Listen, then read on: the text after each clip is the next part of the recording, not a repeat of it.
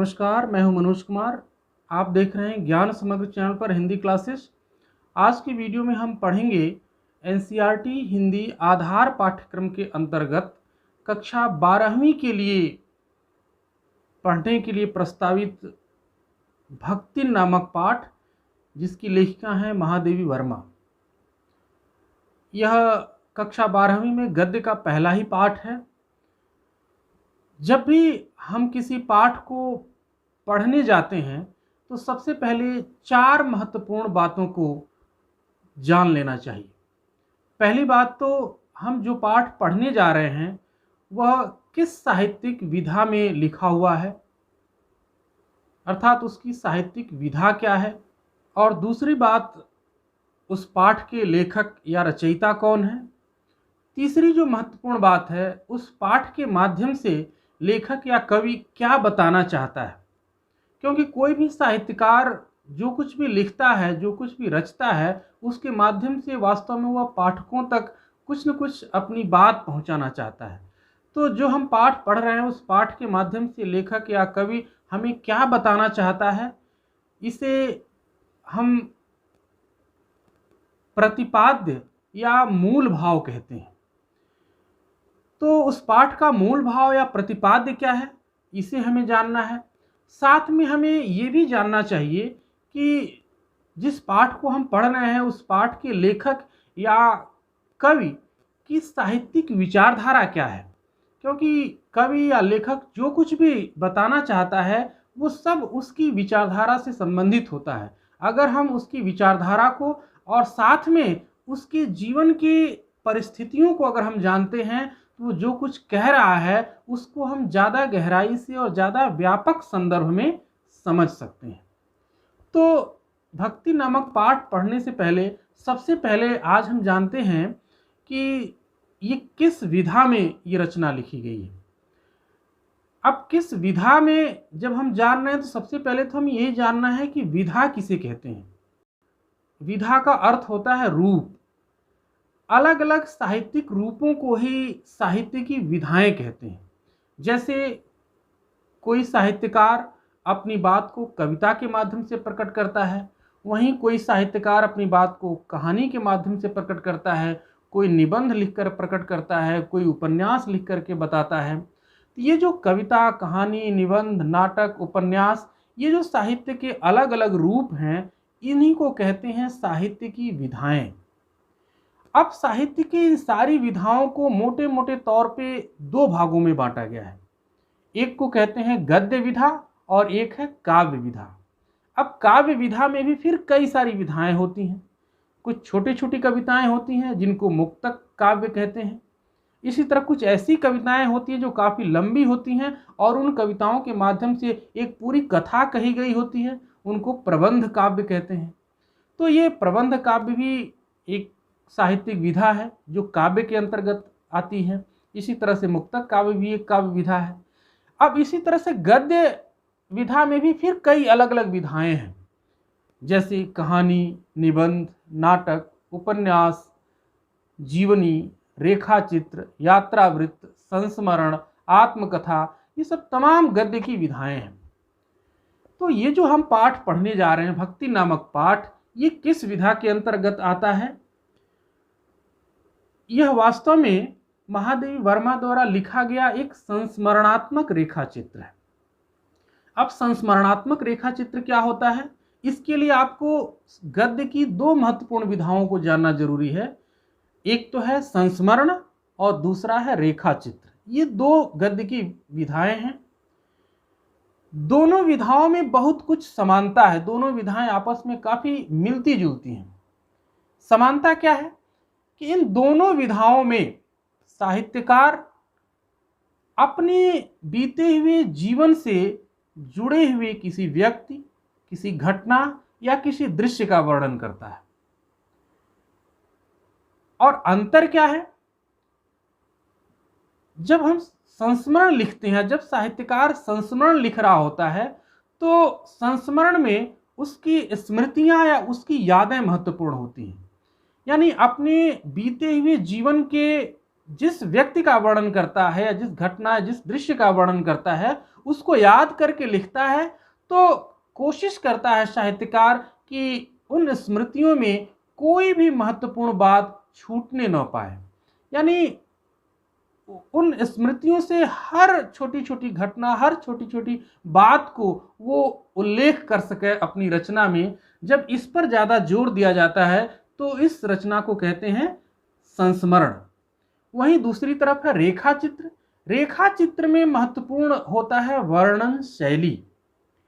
यानी जो कुछ भी वर्णन कर रहा है साहित्यकार, वो इस प्रकार वर्णन करना चाहता है कि पाठक के मन पर उस पूरे दृश्य या पूरी घटना का एक चित्र अंकित हो जाए। जैसा कि नाम से ही स्पष्ट है, रेखा चित्र, इसको शब्द चित्र भी कहते हैं। यानी वर्णन शैली ऐसी अपनाता है साहित्यकार कि पाठक के मस्तिष्क में एक पूरा घटना या दृश्य का चित्र अंकित हो जाए। तो ये दोनों में अंतर है। समानता है कि दोनों तरह के विधाओं में साहित्यकार अपने बीते हुए जीवन से याद करके कुछ घटना या कुछ दृश्य या किसी व्यक्ति का वर्णन करता है। और अंतर यह है कि संस्मरण में स्मृतियों को ज़्यादा महत्व दिया जाता है, स्मृतियों की से जुड़ी घटनाओं को ज़्यादा महत्वपूर्ण माना जाता है, जबकि रेखा चित्र में साहित्यकार वर्णन शैली पर ज़्यादा जोर देता है और ऐसी वर्णन शैली जिसमें चित्रात्मक भाषा का प्रयोग हो, जिसमें सूक्ष्म से सूक्ष्म बात को इस प्रकार से स्पष्ट करके वर्णित किया जाए कि पूरा दृश्य, पूरा चित्र जो है पाठक के मन पर अंकित हो जाए। ये तो हो गया दोनों विधाओं की विशेषताएं, दोनों में कुछ समानताएं हैं, दोनों में कुछ अंतर है। लेकिन व्यावहारिक रूप से देखने पर इन दोनों विधाओं में यह जो अंतर है वो इतना सूक्ष्म है, इतना कम है कि बड़े से बड़े विद्वान या साहित्यकार भी किसी रचना को देख करके यह निर्णय कर पाने में पूरी तरह से समर्थ नहीं होते हैं कि इसको हम संस्मरण कहें या इसको रेखा चित्र कहें, क्योंकि हर संस्मरण में कुछ न कुछ रेखा चित्र के भी गुण होते हैं और हर रेखा चित्र में कुछ न कुछ संस्मरण के भी गुण होते हैं। इसलिए किसी रचना को पूरी तरह से संस्मरण या रेखा चित्र के खाने में डाल करके हम नहीं देख सकते। और यहीं से पैदा होता है एक नया शब्द जिसको हम कहते हैं संस्मरणात्मक रेखा चित्र या रेखा चित्रात्मक संस्मरण। जब किसी रचना में, किसी लेख में संस्मरण के गुण ज़्यादा हों और रेखा चित्र के कम हो तो उसको रेखा चित्रात्मक संस्मरण कहेंगे। और इसी तरह से जब संस्मरण के गुण कम हो और रेखा चित्र के ज़्यादा हो तो संस्मरणात्मक रेखा चित्र कहेंगे। तो ये जो पाठ है, अब आप समझ गए होंगे कि संस्मरण और रेखा चित्र में क्या अंतर है, क्या समानताएं हैं और इन दोनों के फ्यूजन से जो टर्म बनता है उसका क्या तात्पर्य है।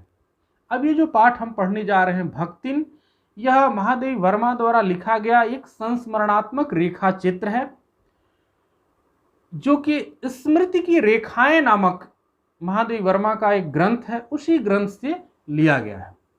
ये तो हो गई साहित्य की विधा।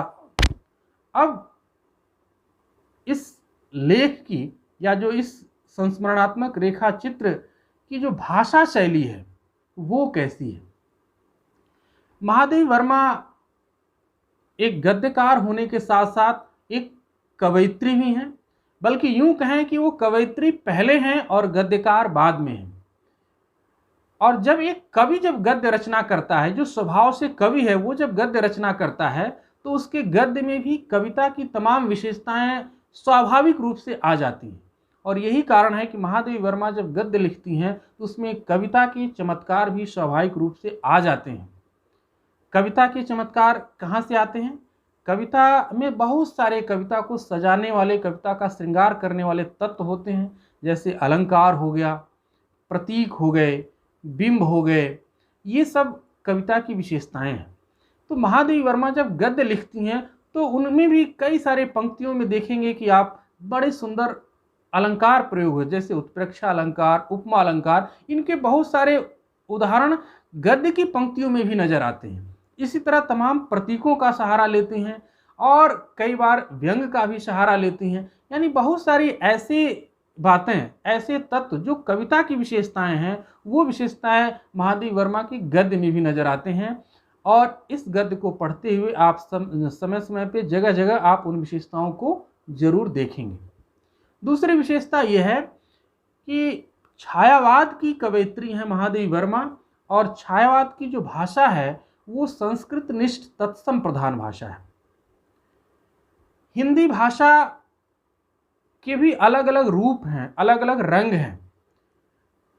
कुछ गद्यकार या कुछ लेखक बोलचाल की हिंदी का प्रयोग करते हैं, कुछ लेखक ऐसी हिंदी का प्रयोग करते हैं जिसमें उर्दू फारसी के शब्दों की बहुतायत होती है। कुछ लेखक ऐसी हिंदी का प्रयोग करते हैं जिसमें तत्सम प्रधान या संस्कृत निष्ठ शब्दों की बहुतायत होती है। तो यहाँ जो महादेवी वर्मा की जो हिंदी है वो संस्कृत निष्ठ तत्सम प्रधान भाषा है। इनके वाक्य लंबे लंबे होंगे, यानी लंबे लंबे वाक्यों के माध्यम से अपनी बात कहती हैं। इन लंबे वाक्यों में बहुत सारी बातों को एक साथ संश्लिष्ट रूप से समेटने का प्रयास करती हैं। तो ये तो हो गई इनकी भाषा शैली। भाषा शैली की विशेषता संस्कृत निष्ठ तत्सम प्रधान शैली, लंबे वाक्य, संश्लिष्ट शैली और काव्य गुणों से युक्त भाषा। अब तीसरी चीज हम देखते हैं, इस पाठ के माध्यम से लेखिका कहना क्या चाहती है, अर्थात इस पाठ का प्रतिपाद्य क्या है। तो थोड़ा सा इस पाठ के बारे में जानिए कि वास्तव में भक्तिन जो पाठ का शीर्षक है उसका क्या तात्पर्य है। भक्तिन ये जो पाठ का शीर्षक है वास्तव में एक पात्र का नाम है, और वो पात्र कौन है? महादेवी वर्मा के घर में तमाम सारे नौकर नौकरानियां, सेवक सेविकाएं थी। उन्हीं सेविकाओं में से एक सबसे प्रिय सेविका, महादेवी की सबसे प्रिय और उनसे बहुत घनिष्ठता से जुड़ी हुई, बहुत ही आत्मीयता के साथ जुड़ी हुई एक सेविका है जिसका नाम है भक्तिन। और ये नाम भी उसका असली नाम नहीं है, ये नाम महादेवी वर्मा ने खुद उसको दिया है। उसका असली नाम कुछ और है जो इस पाठ में आप पढ़ेंगे। लेकिन महादेवी वर्मा ने जब वो भक्तिन या जब वो महिला महादेवी वर्मा के पास नौकरी की तलाश में आई तो महादेवी वर्मा ने यह नाम उसे दिया। क्यों ये नाम दिया? क्यों भक्तिन ही नाम उसे दिया? कोई और नाम क्यों नहीं दिया? उसका असली नाम क्या था? ये सब आप इस पाठ में पढ़ेंगे। अब इस पाठ के माध्यम से लेखिका ने भक्तिन के बचपन से लेकर के और जब ये पाठ लिख रही है तब तक के पूरे जीवन यात्रा का बड़ा ही मनोरम, हृदय स्पर्शी और प्रामाणिक वर्णन किया है। क्यों वर्णन किया है? ये प्रमुख बात है जानना कि लेखिका ने आखिर भक्तिन को ही क्यों चुना, और भक्तिन के बचपन से लेकर के और उनकी वृद्धा अवस्था तक के जीवन यात्रा का वर्णन करने के पीछे लेखिका का उद्देश्य क्या है। इस संस्मरणात्मक रेखा चित्र के माध्यम से लेखिका भक्तिन नामक एक पात्र के जरिए यह बताना चाहती है कि इस पुरुष प्रधान समाज में वास्तव में महिलाओं के लिए सम्मानपूर्ण जीवन जीना कितना चुनौतीपूर्ण रहा है। बचपन से लेकर के वृद्धावस्था तक पुरुष प्रधान समाज के द्वारा बनाई गई इस व्यवस्था में कितने षड्यंत्रों का सामना करना पड़ता है, कितने भेदभाव का सामना करना पड़ता है, और ये सारे षड्यंत्र, सारे भेदभाव, सारी यातनाएं मिल करके एक महिला के जीवन को कितना मुश्किल बना देते हैं। इसके बावजूद युगों युगों से महिलाएं जीवन में हार न मान करके अपने जीवन के सामने प्रस्तुत तमाम प्रतिकूलताओं से संघर्ष करते हुए कैसे आगे बढ़ी हैं और यहाँ तक पहुँची हैं। तो एक तरह से देखा जाए तो यह पाठ केवल भक्तिन के जीवन की कहानी न होकर के बल्कि भक्तिन के माध्यम से एक पुरुष प्रधान समाज में एक साधारण स्त्री के या हर साधारण स्त्री के संघर्ष की महागाथा है। अब हम सीधे गद्य के पाठ पर चलते हैं। इसमें इस पाठ का केवल पहला पैराग्राफ हम पढ़ेंगे और यहीं पर हम देखेंगे कि रेखा चित्र की विशेषता कहाँ पर है और भाषा की विशेषता जो हमने बताई वो कहाँ पर परिलक्षित होती है और महादेवी वर्मा के वर्णन शैली में कविता के गुण कहाँ कहाँ आ रहे हैं उसको भी देखेंगे। अगले वीडियो में हम सीधे गद्य को पढ़ेंगे और उसकी व्याख्या देखेंगे। तो आइए हम गद्य पे चलते हैं सीधे। छोटे कद और दुबले शरीर वाली भक्तिन अपने पतले होठों के कोनों में दृढ़ संकल्प और छोटी आंखों में एक विचित्र समझदारी लेकर जिस दिन पहले पहले मेरे पास आ उपस्थित हुई थी, तब से आज तक एक युग का समय बीत चुका है। पर जब कोई जिज्ञास उससे इस संबंध में प्रश्न कर बैठता है, तब वह पलकों को आधी पुतलियों तक गिराकर और चिंतन की मुद्रा में ठुड्डी को कुछ ऊपर उठाकर विश्वास भरे कंठ से उत्तर देती हैं, तुम पचे का बताई यह 50 बरिस से संग रहित हैं। इसका भक्तिन को पता नहीं, पता इस हिसाब से मैं 75 की ठहरती हूँ और वह 100 वर्ष की आयु भी पार कर जाती हैं। इसका भक्तिन को पता नहीं, पता भी हो तो संभवतः वह मेरे साथ बीते हुए समय में रत्ती भर भी कम न करना चाहेंगी। मुझे तो विश्वास होता जा रहा है कि कुछ वर्ष और बीत जाने पर वह मेरे साथ रहने के समय को खींचकर 100 वर्ष तक पहुंचा देंगी, चाहे इसके हिसाब से मुझे 150 वर्ष की असंभव आयु का भार क्यों न ढोना पड़े। जैसा कि पहली विशेषता हमने बताया कि महादेवी वर्मा का गद्य थोड़ा लंबे लंबे वाक्य वाला होता है और एक ही वाक्य में बहुत सारी बातें वो समेट लेने का प्रयास करती हैं। तो देखिए पहला ही जो वाक्य है इस पाठ का वो लगभग 4 लाइनों का है और इसमें कई सारी बातें कहना चाहती है लेखिका बताती हैं कि जब पहले पहले दिन भक्तिन हमारे यहाँ उपस्थित हुई नौकरी के लिए, तब से एक युग बीत गया। युग बीत गया मतलब काफ़ी लंबा समय हो गया है और पहले पहले दिन जब भक्तिन आई तो उनको देख वो कैसी नज़र आ रही थी, कैसी दिख रही थी, उसका वर्णन करते हुए लेखिका कहती है छोटे कद दुबले शरीर वाली भक्तिन, यानी उनका कद छोटा था, शरीर दुबला था, उनके होठ पतले थे, लेकिन होठों के कोनों में एक दृढ़ संकल्प था और छोटी आंखों से एक विचित्र समझदारी झलक रही थी। तो इस तरह से देखें तो एक ही साथ लेखिका ने बड़े सूक्ष्म वर्णन के साथ उनके बाहरी व्यक्तित्व का भी जिक्र कर दिया और भीतरी व्यक्तित्व का भी। बाहरी व्यक्तित्व कैसा है? कद छोटा है, शरीर दुबला है, आंखें छोटी हैं, ये बाहरी व्यक्तित्व हो गया। भीतरी व्यक्तित्व क्या है कि वो दृढ़ निश्चयी हैं और काफ़ी देखने से समझदार लग रही है, उनकी छोटी छोटी आंखों में समझदारी झलक रही है, अर्थात समझदार लग रही है। तो एक साथ इस लंबे वाक्य में लेखिका ने उनके बाहरी और भीतरी दोनों व्यक्तित्वों का चित्र प्रस्तुत कर दिया और यही है रेखा चित्र की विशेषता, यही है चित्रात्मक भाषा जिसमें पूरा एक उनके व्यक्तित्व का एक चित्र जो है हमारे सामने प्रस्तुत हो जाए। अब लेखिका कह रही है कि जब उनसे कोई पूछता है कि वो कितने दिनों से लेखिका के साथ हैं तो उसका उत्तर कैसे देखती हैं। अब यहाँ देखिए लेखिका की सूक्ष्म वर्णन शैली देखिए, भक्तिन किस तरह से इस सवाल का उत्तर देती हैं। लेखिका से केवल उत्तर नहीं बता रही है कि भक्तिन क्या उत्तर देती हैं, भक्तिन कैसे उत्तर देती हैं इसका वर्णन कर रही है लेखिका और कह रही है कि वह पलकों को आधी पुतलियों तक गिराकर ऐसे चिंतन की मुद्रा में ठुड्डी को थोड़ा सा ऊपर करके, यानी ऐसे मुद्रा बनाती हैं जैसे कि वो बहुत सालों से लेखिका के साथ हैं, इतने दिनों से हैं कि वो याद नहीं आ रहा है कि कितने दिनों से हैं। कुछ सोचते हुए, कुछ बीती हुई बात को याद करते हुए भक्तिन बताती हैं कि आप तो हैं पचन को का बताई, मतलब तो हैं पचन मतलब आप लोगों को क्या बताएं, यह 50 बरिस से संग रहित हैं, मतलब यही कुल 50 वर्षों से मैं लेखिका के साथ या अपनी मालकिन के साथ रह रही हूँ। लेखिका यहाँ अपनी टिप्पणी कर रही है उनके इस जवाब पर।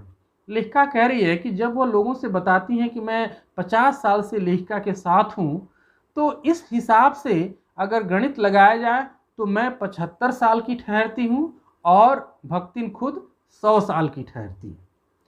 यानी अब आप अनुमान लगा सकते हैं कि जब भक्तिन कहती हैं कि मैं 50 साल से लेखिका के साथ हूँ और लेखिका करे कि इस हिसाब से तो मैं 75 साल की ठहरूंगी और भक्तिन 100 साल की, यानी कितने साल की लेखिका थी तो भक्तिन उसके यहाँ आई थी और खुद उस समय भक्तिन की उम्र कितनी थी आप आसानी से गणित लगा सकते हैं। यानी लेखिका जब 25 साल की थी तब भक्तिन पहली बार उसके यहाँ आई थी नौकरी की तलाश में, और उस समय भक्तिन खुद 50 साल की रही होंगी। और इसी गणित के हिसाब से अगर वो 50 साल से रह रही हैं लेखिका के साथ तो आज वो 100 साल की हो गई और खुद लेखिका 75 साल की हो गई। लेकिन लेखिका को पता है कि हमारी उम्र या लेखिका की उम्र अभी 75 साल नहीं हुई है। ये क्यों 75 साल ठहर रहा है ये उम्र इसलिए 75 साल लग रही है क्योंकि भक्तिन जो उत्तर देती हैं वो काफ़ी बढ़ा चढ़ा के बताती हैं। यानी लेखिका के अनुसार 50 साल का समय भक्तिन के साथ नहीं हुआ। अब लेखिका ये भी बताना चाहती है कि वो बढ़ा चढ़ा के क्यों बताती हैं भक्तिन ये उम्र। अगर भक्तिन को इस बात का एहसास भी हो जाए कि मैं जो 50 साल का समय बता रही हूँ लेखिका के साथ रहने का, इससे लेखिका की उम्र कुल 75 साल ठहर रही है और मेरी उम्र 100 साल ठहर रही है, इस बात का एहसास हो जाए तब भी लेखिका के साथ बिताए हुए वर्षों को वो कम करके बताना पसंद नहीं करेंगी। क्यों नहीं करेंगी? क्योंकि वो अपने इस लंबे समय के माध्यम से बताना चाहती हैं कि मेरे और मालकिन के बीच में कितना गहरा संबंध है और कितना लंबे समय का रिश्ता है। इस रिश्ते की मजबूती को वो बताना चाहती हैं और उस मजबूती को वो समय से जोड़ करके देखती हैं। यही कारण है कि लेखिका एक आशंका व्यक्त कर रही है कि ऐसा कह रही है कि मुझे तो अब विश्वास होता जा रहा है कि कुछ वर्ष और इसी तरह बीत गए और जब कोई व्यक्ति पूछेगा इनसे कि अब कितने साल से आप इनके साथ हैं, लेखिका के साथ हैं, तो हो सकता है कि वो इतना समय बता दें कि खुद मेरे और उनके साथ रहने का उम्र जो है वो समय जो है 100 साल हो जाए और मेरी अपनी उम्र जो है इस हिसाब से 150 साल हो जाए, जो कि एक असंभव है। यानी जैसे जैसे समय बीतता है वैसे वैसे भक्तिन जो है लेखिका के साथ अपने बिताए हुए पलों को, बिताए हुए समय को काफ़ी लंबा बढ़ा चढ़ा करके बताती हैं, और वो इसलिए बताती हैं ताकि लेखिका के साथ उनका एक बहुत ही गहरा और बहुत ही घनिष्ठ संबंध दूसरों को पता चल सके। ये दर्शाता है कि भक्तिन लेखिका के साथ काफ़ी नज़दीकी से जुड़ी हुई हैं, काफ़ी आत्मीयता से जुड़ी हुई हैं। तो इस तरह से ये एक पैराग्राफ हो गया। अब आपने लंबे लंबे वाक्य विन्यास तो देख ही लिए इसमें।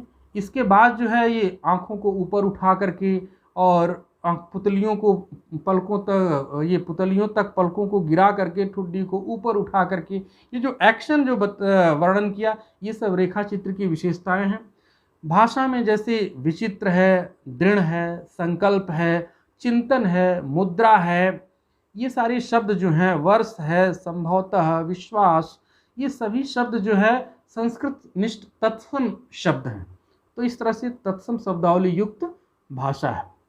एक उदाहरण हमने दे दिया। अगले पैराग्राफ में हम बताएंगे कि कहाँ वो उपमा अलंकार का भी प्रयोग करती हैं, उत्प्रेक्षा अलंकार का भी वो प्रयोग करती हैं। यानी कविता के गुण भी महादेवी वर्मा के गद्य में नजर आते हैं, इसको भी हम देखेंगे।